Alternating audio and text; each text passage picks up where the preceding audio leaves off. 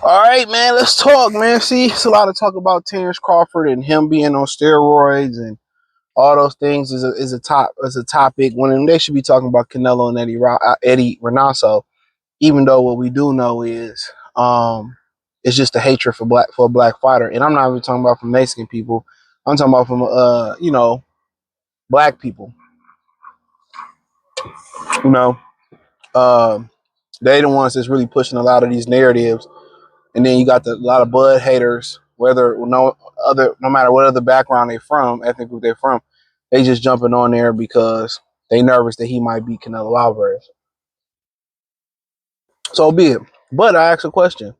Did we hear anything about Manny Pacquiao, Sebastian Fundora, Tszyu, and Mario Barrios taking drug tests? Have you heard anything about that? Have you heard anything about their pay-per-view sales? I'm just saying. It's funny how, they worried about a fighter in Crawford that's been heavily enrolled in VADA for as long as I can remember. But we're talking about a promotional company that have a history of not testing their fighters. Let's not forget, Keith Thurman brought up that they wasn't testing for Pacquiao. That got into the media. Tom made a video. I made a video. Somebody in Boxer Scene before it turned over to Pro Box. They made a video. They did an article. And when they made that article, all of a sudden they started drug testing. Adrian Broner complained about them not letting Manny Pacquiao test. They wasn't testing for Pacquiao. He started complaining. All of a sudden, they started testing. Let's talk about even when Sean Porter crossed the street to fight Terrence Crawford. They made them, for what I remember, and I could be wrong, keep the confidentiality agreement that all PBC fighters have if they do test, which is if somebody pop hot, we just keep it up under the rug. Right? That's what they got going on. If somebody test hot, we're gonna keep it confidential. So that's why you see PBC fighters, the vast majority, maybe outside of Wilder, when you see them test, you don't see it on Twitter. You don't see it on the VADA website. You know what I'm saying? They keep sweeping up under the rug. Therefore, if somebody pop hot, probably allegedly some money probably get exchanged, the fight still go on. But you must ask yourself, we're harping down on a guy in Crawford and Canelo for this fight who are testing, right? They're testing with the best drug testing system ever, right? The one with the controversy is USADA. To look it up, right? Shane said him and Mayweather had that situation with VADA. It was USADA if it was a true situation because I pulled the receipts up. I remember they did USADA, it wasn't VADA. John Jones had issues with USADA, right? So why aren't we talking about a guy in Fundora who many people speculate might have glove issues, which is speculation. He addressed it. I respect it. Or how does a guy 6'7" cut down to 154 pounds? And then don't forget, Xander Zayas said he ducked him because he wouldn't accept the 10-pound rehydration clause.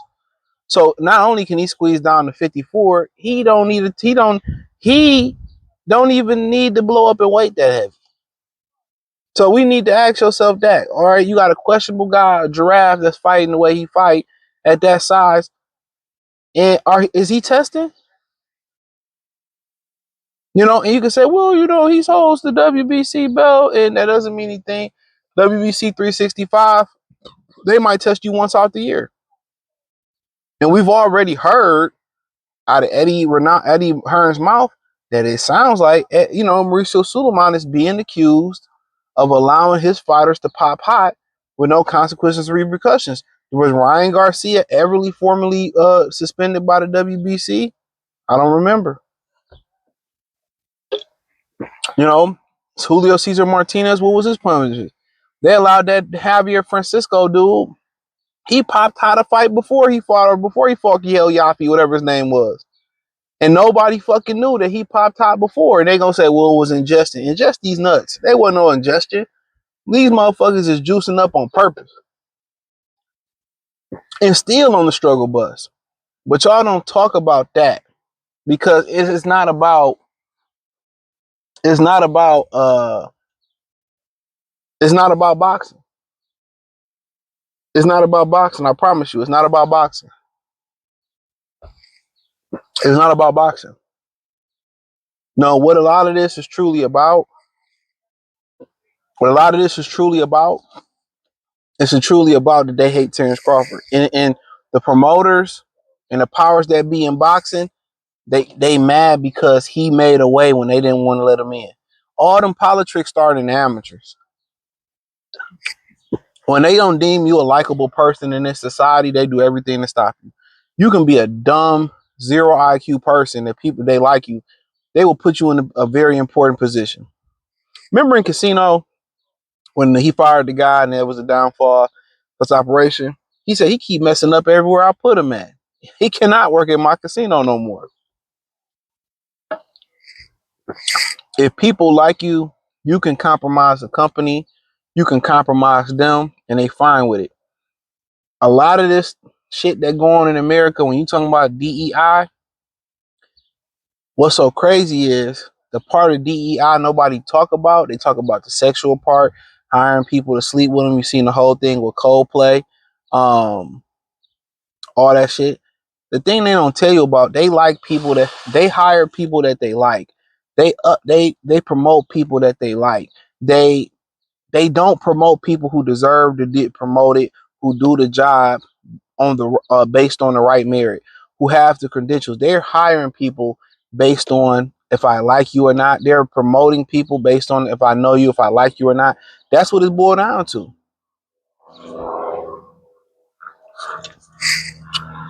You know, somebody was talking about, I don't know who I was talking about this with, but the Boondocks. You had Leonard. Leonard was Thug Nicholas's realest. I think it was his cousin. It was his realest boy. He told him the truth. He worked at Wendy's, trapped off the phone to keep the bills on, but he showed Leonard no respect because Leonard didn't kiss his ass. Leonard told him how it was and not by how it might be.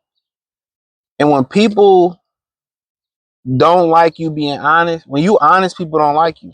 They respect you because they can like you and not respect you. You always got to remember that.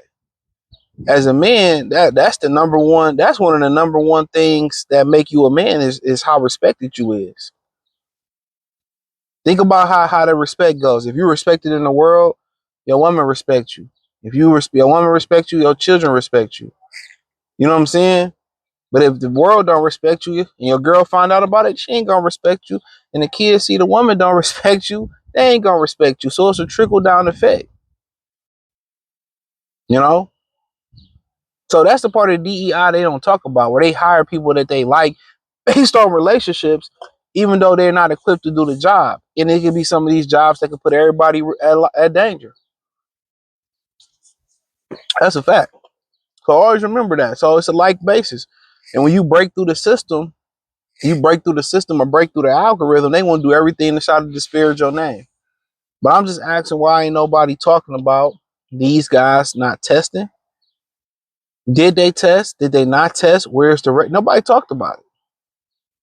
And on top of that, nobody is also talking about where's the pay-per-view numbers at.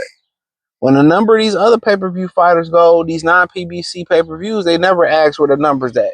They always ask where the numbers at. When it's PBC, you know, it's about a couple weeks now. We ain't heard nothing about a pay-per-view. Pacquiao, Barrios, we ain't heard nothing about a record-breaking gate. All we hearing is Gervonta Davis retired. Because people say, well, he's still training in Miami. Or, you know, Calvin did an interview, say it's financial issue. I told you it was financial. I already told you what it was. They broke. But nobody talking about the drug testing over there. Nobody talking about, and it's one of the most notorious alleged drug cheats in boxing history that fought on that card. And nobody talking about where's the pay-per-view numbers. How many buys did it do? Nobody's talking about the buys. Everybody, everybody want to talk about speculate buys and throw numbers. Where's the buys at?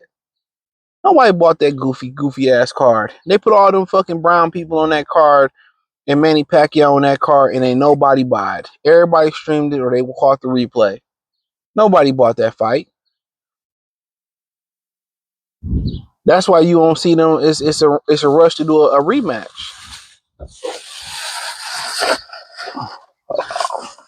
There we go. That's why there ain't no rush to do no rematch. So take it how you want to take it, man. Thumbs up the video, share the video, subscribe to the channel. The subscribe button is the bell icon button. Hit the link in the description. Follow me on X, Instagram, Spotify, Anchor, Cash App, Venmo, PayPal. Hit the link in the description. You can follow me everywhere. Patreon, Free Game 89, Cash App, Venmo, CJ Good 313. Appreciate the love and support. Best way to support is share. Peace.